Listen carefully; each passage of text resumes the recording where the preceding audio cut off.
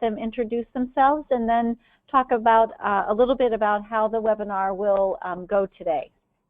Hello everyone, this is Jackie McKim and I'm a research analyst with the Special Education Data Unit. Good afternoon everyone, my name is Joanne Manning and I'm an office specialist here with the Data Unit. We have our webinar today on excess cost calculation, and hopefully you have accessed the PowerPoint from your location and can also follow along. I think what we will do is allow you to ask questions throughout the PowerPoint, and we can monitor the questions sort of timely, that they are questions around the information that we're sharing at that point in time. And we will also allow at the end of the webinar some time for questions as well. So hopefully that will work out. If there are a lot of questions in the chat box, we may have to save some of them and address them at the end of the webinar. So we'll go ahead and get started. So hopefully by the end of this session with us, you will understand better the excess cost requirement in IDEA and understand the difference between excess cost and maintenance of effort. Maintenance of effort is different. It's about how much a district needs to spend with local dollars versus excess cost is the additional amount it costs to serve students with IEPs. And then you'll be able to actually submit the excess cost calculation using our ODE district website.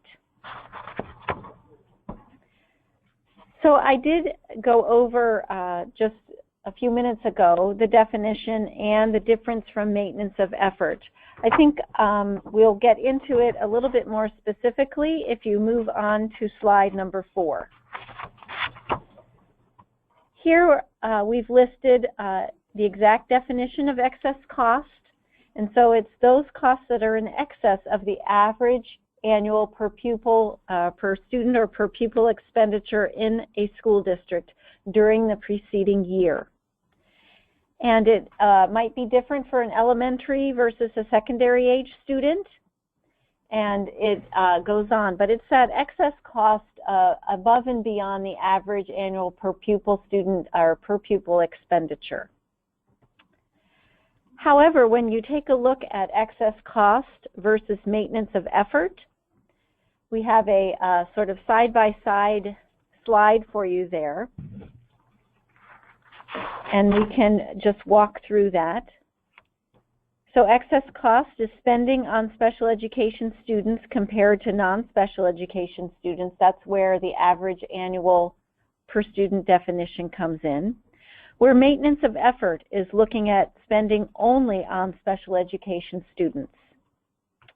Excess cost looks at those costs that are by grade range, where maintenance of effort is looking at the total at the district level.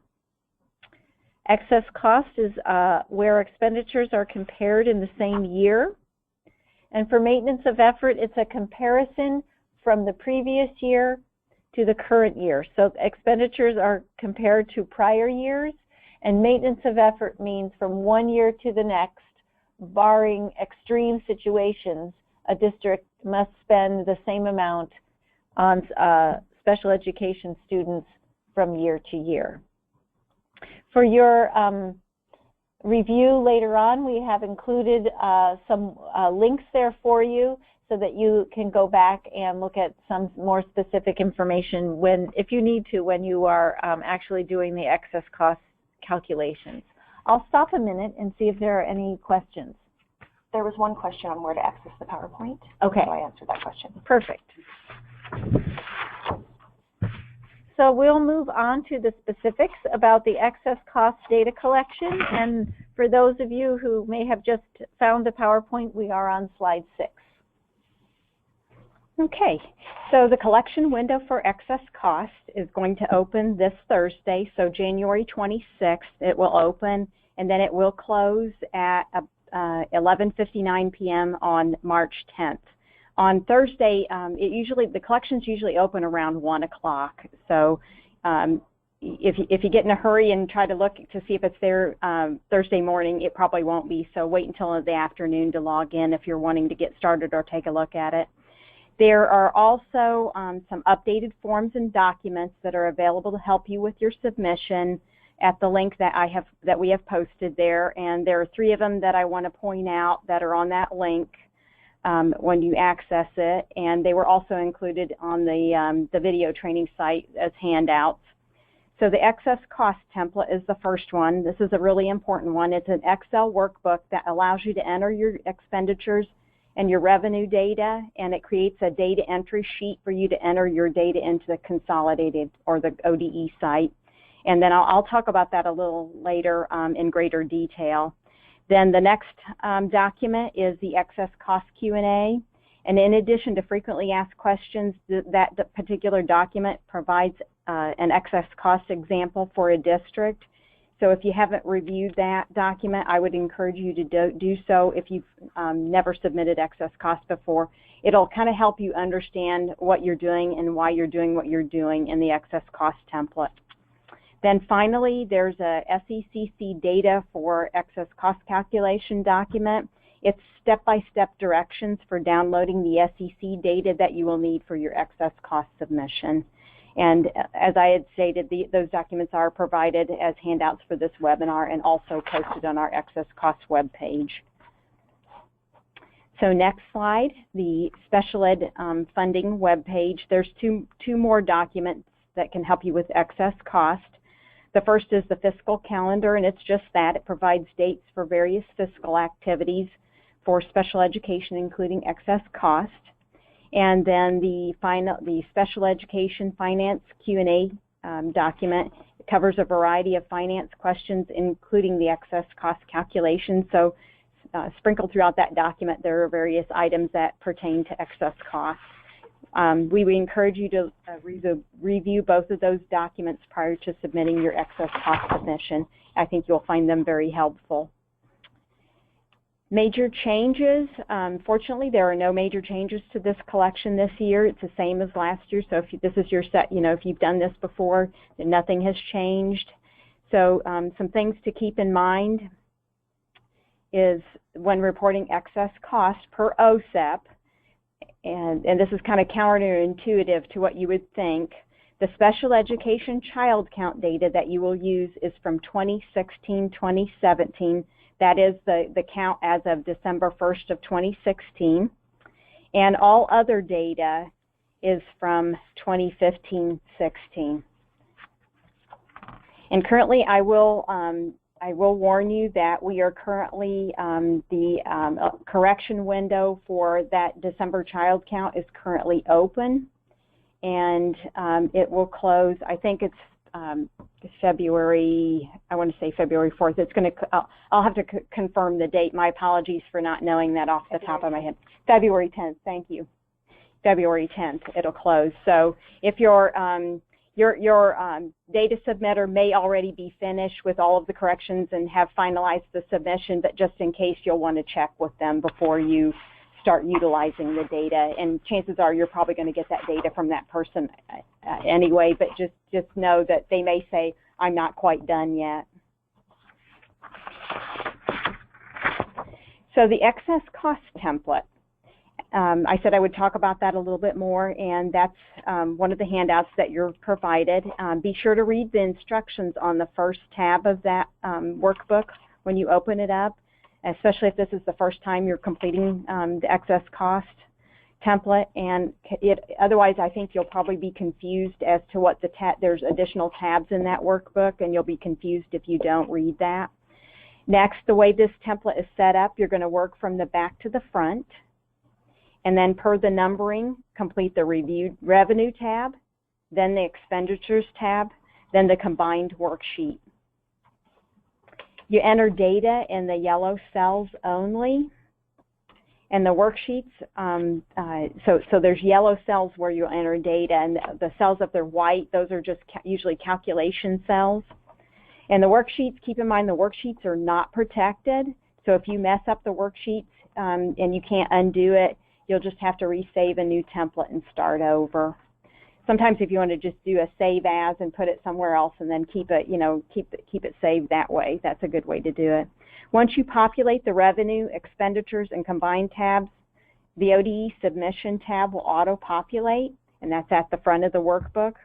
So, and then you use that particular, the ODE final submission tab contains all the data you will enter into consolidated collections. Everything on that sheet is auto-calculated for you based on the data that you entered in the other tabs. So you'll just take that sheet, log into consolidated, and enter your data. We had a question that came through about the dates, again on page 8. And slide 8, we want to be sure that you do understand that you are using data from different years, and that is appropriate. The child count SECC data is from December 1, 2016, so that's 2016-17 child count SECC data. And as Jackie mentioned, the correction period for that is still open, so staff in your district who are working with that may tell you we haven't quite finished our work, so you may not be able to do your excess cost until they have completed their work and finalized that with ODE. All other data is from 2015-16. So someone had a question, and if there's still confusion, they are different years, and that is correct and appropriate.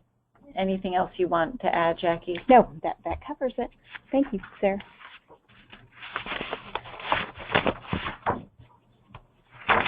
So we're going to go back to slide 10. And this is the final submission, ODE final submission tab that I was talking about. And as you can see, there are no data to be entered in this particular sheet. There are formulas that calculate the values to be entered. So that'll auto-populate once you complete, starting from the back, once you complete the revenue, then the expenditures, then the combined tabs. And this year's submission will be for audit year ending June 30th of 2016. And note that the final submission tab has been updated to better mirror the consolidated submission page. If you've done this in prior years, last year we kind of changed it around so that it looks it's easier for you. You can just start at the top and enter your data. And the data for elementary is the top portion of this ODE final submission tab. It's the top portion, and the bottom portion is the secondary or high school. Are there any questions about the excess cost template or what we've covered thus far? No questions. Okay, no questions at this time. Somebody, or do we have one? It's just clarifying. It says not confused, but the PowerPoint presentation shows SECC 2015-16 and all other dates 2014-15 as well. Yeah, that's from prior years. We're just using the same PowerPoint for this, so the screenshots are from prior years. So when you open up the excess cost template, it'll have the correct dates and everything in there. So even though it shows that, you're going to use, like we said, you're going to use the 16-17 December child count data, and all other data will be 2015-16. And when you open up the excess cost template, it and all the other documents, they do have the correct dates in there, should you be confused.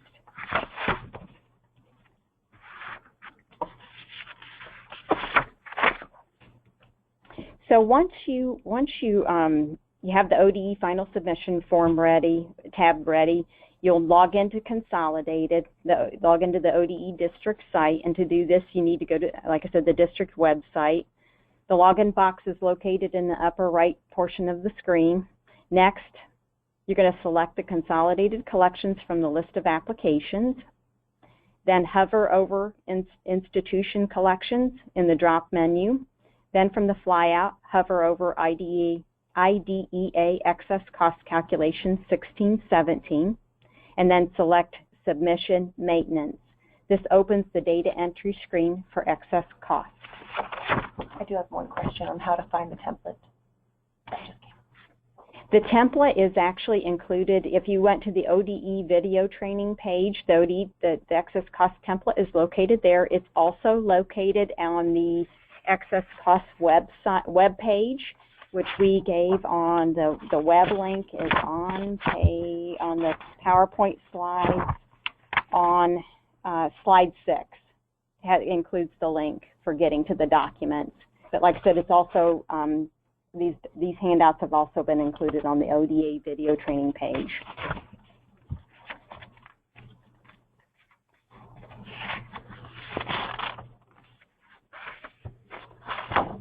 So now we're on slide 12. Hopefully everybody's able to follow along. So this is your data entry screen. So once you've logged into Consolidated into the ODE site, went to the submissions maintenance IDA excess cost, this is what it's going to look like. And you're entering data from the ODE final submission sheet onto the screen. And once your data is entered, double check to make sure that it's accurate. And if it looks good, you'll go ahead and click Save. If you don't have any errors, it'll save. If you get error messages, you'll need to address those before your submission is considered error-free and complete. And so the next thing I wanted to talk about is errors. If you get them or have them, this is an example of what they might, an error would look like. The top screenshot, the error report, will show an error value, a field name, a brief and detailed description of what those are. And while they may look like a foreign language, they do provide some information for correcting the record. So error value indicates which values you entered that are in question. So that'll tell you, okay, which one of the numbers did I maybe transpose something? That'll tell you where it's located. The field name indicates the name of the field or fields that are in question. For example, Part B allocation spent previous year translates to Part B allocation spent in the audit year. A brief description is just that, a brief description. It does provide clues as to why you have the error. And then the detailed description tells you what is wrong. For the error comment, so if it says, for example, audit year totals mismatch, the detailed description indicates that the audit year's totals should equal the sum of the 5 preceding fields. So somewhere, if that says you have an error, you got to look back 5 fields and see where in those 5 fields did I transpose or type something backwards, and that does happen. So that'll kind of, like I said, I'll kind of give you some clues as to maybe what happened and what was wrong. Just go back and, if you get errors and you're not sure, just go back and re-enter everything, or double check all of the fields if you can't figure it out. And if you really do run into major problems, just give me a call and I'll walk you through, and I'll help you figure out what you need to do to correct it. So the bottom screenshot indicates which values are in question and is tied to the brief description. So for example, notice that the brief description audit year totals mismatch is indicated next to the values in question on the data screen. Once all lines are corrected, then you're going to click Save again. You've cleared all your errors and you're good to go. You click Save, and if errors remain, you'll have to fix those. And if you don't get any errors, then you celebrate because you're error-free, and you should receive a record saved message. If you don't receive that, then you'll probably want to click Save again because maybe there was a glitch and the screen froze. Next, what do you do if you need to add another record? For example, you entered your elementary data, and now you need to enter your secondary school data. Click on the green check mark to access a new submission screen, then follow the steps discussed previously, enter the data, save, clear any errors, then save again until you see the message record saved.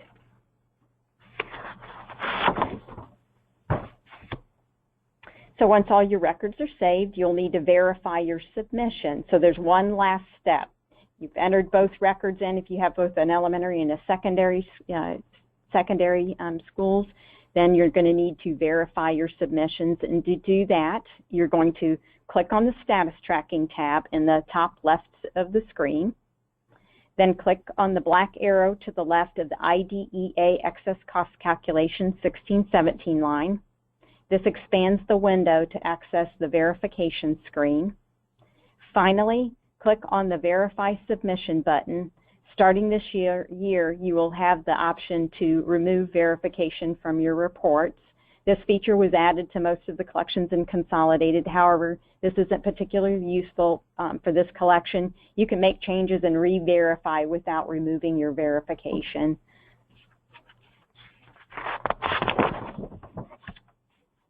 You will receive a verification record inserted message. So once you click that verify button, you should receive that message. Your name and date will be inserted on the collection line as shown in the purple box. And your submission is now verified and considered complete. And any questions about what we've just covered? Okay. So the next thing that I wanted to talk about is production download. So if you need to look at what you've submitted this year, last year, or in previous years, you can use the production download feature. And this allows you to download data submitted from 2010, 2011 through the current submitting year. And I'll walk through the steps of how you do that. And so to download data using the production download, you're going to click on the Reports tab. In the Collections column, you're going to click on IDEA Excess Cost Calculation. In the Report Year column, you'll click on the year you wish to download. And like I said, you could even download your current year if you want to. Next, click on the Production Download Report in the Report column. Then you'll receive, once you do this, you'll receive an email from the ODE Help Desk that contains a link to access the file containing your data. So it basically sends you a secure file transfer. You're going to click on that link. Once you receive the email, you open the email, click on the link, and it will ask you for your email address. Enter your email address, then click Submit Email Address. When the pop-up window appears, click on the download icon to retrieve the Excel file containing your data, and then save it to your desired location. And then if you, again, if you have questions or need help with doing this, please feel free to contact me, and I'll walk you through the process again. So I'm taking a look to see if we have any new questions. I don't see any in the chat box. So in review, the data is from SECC from 2016-17, meaning December 1st, 2016, and the expenditures are from 15-16. The three forms that are very important for you are the instructions template in Excel, the excess cost Q&A that's in Word, and instructions to get the SECC data that's also in Word. And we provided those links, that link for you to find those forms earlier in the presentation. I see a question up here. So it says, when entering dollar amounts, do you include the cents without a decimal point, cents, C-E-N-T-S? Yes, you could just include all of the information, and then the excess cost template will take care of everything else. It'll do the rounding and everything for you, so you can just enter everything as you know it and include the cents. The other thing I wanted to review were the opening and closing windows for this submission. And it closes, the collection window closes on March 10th. And I wanted to let you know that about 3 weeks prior to March 10th, we begin looking into the system to find out who has initiated, who has completed, as well as who has not started the submission, and begin some communication with districts about that, because we would like to meet the deadline of March 10th. If you're having particular difficulty, please call us early. Give Jackie a call. She's happy to walk with you through whatever issues that you're having. But we would like to meet that deadline date. If your district is not able, for whatever reason, to submit by the 10th, it does require an approval process for reopening the collection.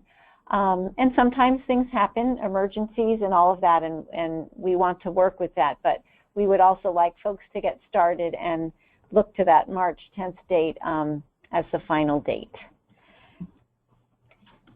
Are there any other particular questions about any part of the process or the PowerPoint?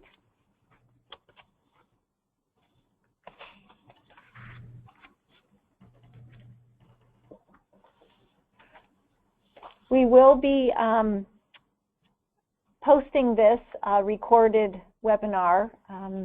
So if you needed to review it, or if there was someone else who would be working with you on this process, they would be able to listen to the webinar that we just went through right now. Any other final comments, Jackie? No, that should do it. And I'll, like Sarah said, if you are having any problems at all, feel free to call me. I'm always happy to help. And no need to struggle or